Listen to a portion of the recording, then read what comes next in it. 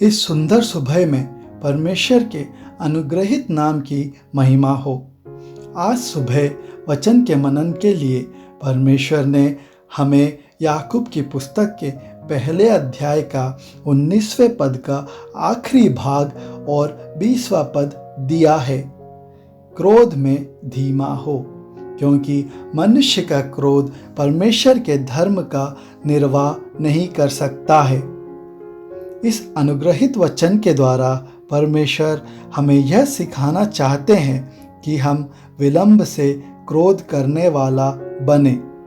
परमेश्वर की धार्मिकता से हमारी धार्मिकता की तुलना कभी नहीं हो सकती है।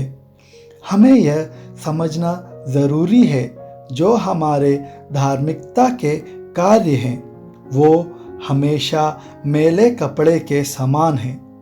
यदि हमें स्वयं धार्मिक होने का बोध हो तो हम दूसरों की कमियों को अधिक रूप से उजागर करना प्रारंभ कर देते हैं। यदि हम क्रोध के साथ दूसरों की कमियों पे प्रतिक्रिया करते हैं तो हमारे अंदर के बुरे विचारों को अधिक बढ़ावा मिलता है। हमें क्रोध दिलाने वाले उस परिस्थिति को क्षमापूर्वक सहन करने पर ही हम अपने क्रोध को शांत कर पाएंगे। अगर हम क्रोध के साथ उस परिस्थिति का सामना करते हैं तो उसे अत्यधिक बुरा बना सकते हैं। इसलिए नीति वचन उसके 29वें अध्याय के 22वें वचन में लिखा है, क्रोध करने वाला मनुष्य झगड़ा मचाता है और अत्यंत क्रोध करने वाला अपराधी भी होता है। इस प्रकार क्रोधित मनुष्य झगड़े और अपराध में उलझता है। इसलिए ध्यान दें, हमारे क्रोध को नियंत्रित करने के लिए कुछ मुख्य बातें हैं। पहला, हमें हमारे मनोभाव को अत्यधिक सूक्ष्मता के साथ संभालना चाहिए। हमारे पड़ोसी, मित्र, साथ में काम करने वाले, काम करने की जगह और अपने आराधनालयों के प्रति हमारा मनोभाव ही हमें क्रोध करने के लिए प्रचोदित करता है। एक स्थापना का सबसे बड़ा लक्ष्य अनुयायी बनाने के लिए ट्रेनिंग देना है। अनेक लोगों को सेवकाई की ट्रेनिंग देने वाले एक प्रधान अध्यापक से एक सवाल पूछा गया, आप अनेक लोगों को ट्रेनिंग देते समय सबसे प्रमुख कार्य या मुख्य जिम्मेदारी क्या समझते हैं? उनका जवाब काफ़ी आकर्षित करने वाला था। मनोभावों को जांचना ही मेरा परम कर्तव्य है।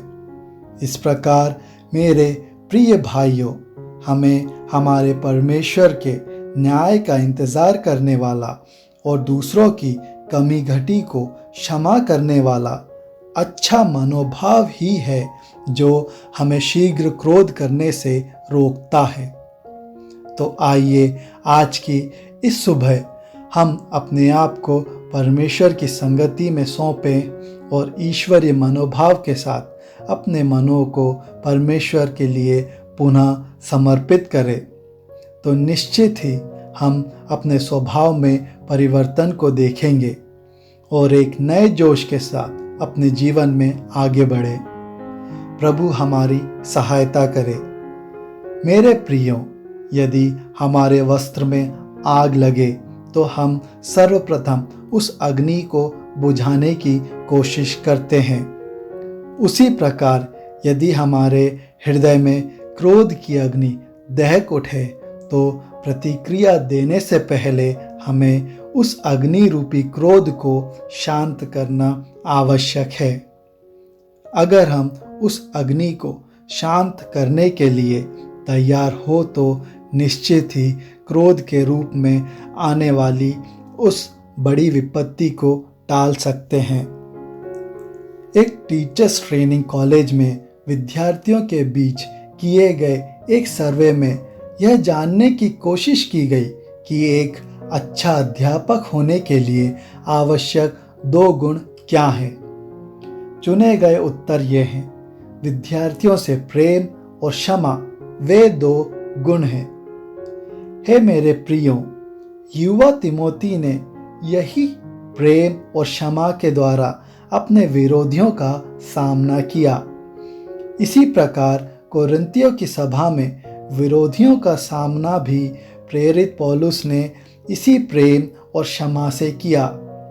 इस प्रकार हमारा मनोभाव भी प्रेम और क्षमा से भरा जाए।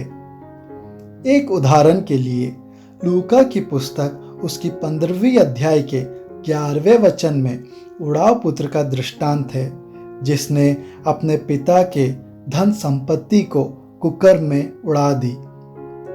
अपने प्रिय पुत्र की घर वापसी में वह पिता अति आनंदित हुआ। दूर से देखने ही पर पिता अपने उस पुत्र पर तरस खाकर उसकी ओर दौड़कर उसे गले लगाया और चुंबन किया।